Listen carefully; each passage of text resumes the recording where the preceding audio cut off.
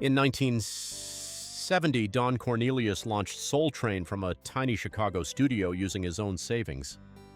What began as a local dance party with neighborhood kids would run for 35 years, turning black music into the heartbeat of American culture and launching stars like Jody Watley. But what kept that train rolling long after the music stopped? Welcome to Top Spot 40 Music Docuseries, where we bring the stories behind the music to life. It was a sound that seemed to roll right out of the radio and onto your television screen, that unmistakable chugga-chugga of a locomotive bringing the good times home. For more than 3 decades, Soul Train wasn't just a television show. It was a weekly celebration, a rolling dance party that pulled an entire culture into the spotlight and invited the rest of America to watch, to clap, and eventually to join in. And at the center of it all stood one man with a velvet voice, a sharp suit, and a vision that refused to be ignored. Don Cornelius. Born in Chicago in 1936, Don grew up on the South Side surrounded by the rich sounds of gospel, jazz, and the emerging rhythms of rhythm and blues. After a stint in the Marines, he returned home determined to find his place in broadcasting. He sold insurance by day and learned the ropes at a small radio station by night, eventually becoming a popular disc jockey known for his smooth delivery and deep respect for the music. But Don saw something missing on television. In an era when black artists were rarely given national platforms, he dreamed of a show that would put the beauty, the style, and the unstoppable energy of black music front and center, not as a side note, as the main event. In 1970, using his own savings and an unbreakable belief that the world was ready, Don launched Soul Train on a local Chicago station. The first episodes were shot in a tiny studio with whatever lights and props they could scrape together. But from the very beginning, something electric was happening. You could see it in the way the young dancers moved. You could hear it when the records dropped and the studio exploded with applause. Within a year, the show had been syndicated nationally, reaching markets across the country and becoming must-see television in black households from Harlem to Watts. What made Soul Train feel so alive was its complete commitment to authenticity. This wasn't a white producer's idea of what soul music should look like. It was black creatives, black dancers, black musicians, and a black host presenting the culture exactly as it lived and breathed on the streets and in the clubs. The set looked like a high-tech disco dream with swirling lights, colorful panels, and that now legendary Soul Train logo glowing above the stage. But the real magic happened on the dance floor. Every episode opened with the dancers strutting through the famous Soul Train line. 2 rows of sharply dressed young people faced each other while one by one dancers took their turn down the middle, showing off moves that were equal parts athletic, artistic, and breathtaking. One week you might see a young man doing the robot with mechanical precision, the next a woman in a flowing dress spinning with such grace it looked like she was floating. These weren't professional performers at first. They were kids from local high schools and colleges who brought the latest steps straight from neighborhood parties. Many of them, like Jeffrey Daniel, Jody Watley, and Rosie Perez, would go on to become stars in their own right. And then there was the music.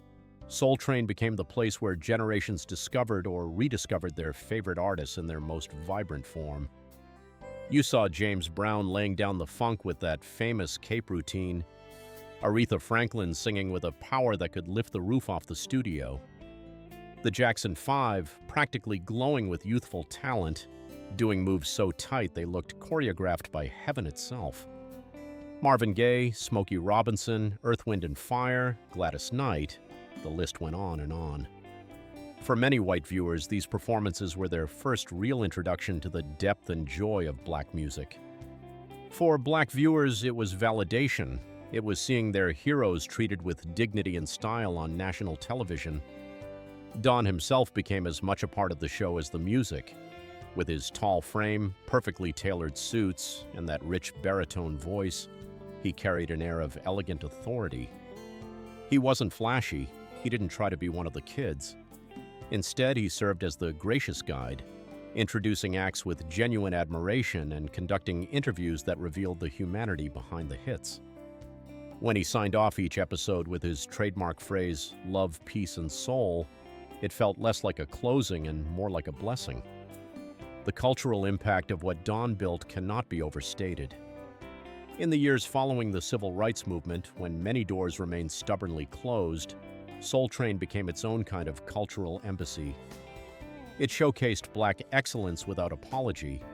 It turned afros, bell-bottoms, platform shoes, and intricate braids into national fashion statements. It spread dance crazes from city to city. It proved that Black music wasn't a niche. It was the heartbeat of American popular culture. Long before MTV embraced Black artists, Soul Train was there, week after week, giving legends their flowers and creating space for new voices to bloom. As the years passed, the show evolved with the times. The funk and soul of the 70s gave way to the disco explosion, then the rise of hip-hop and contemporary R&B in the 80s and 90s. Don had the wisdom to let the show breathe and grow, bringing in new generations of dancers and artists while maintaining the warm spirit that made it special. He hosted for 22 years before stepping away from the daily grind, but he remained the guiding hand behind the scenes until the final episode in 2006. Don Cornelius passed away in 2012, but the revolution he started never stopped rolling. Soul Train reruns still find new audiences. Its influence can be seen in everything from modern dance challenges on social media to the way today's music videos borrow its energy and style.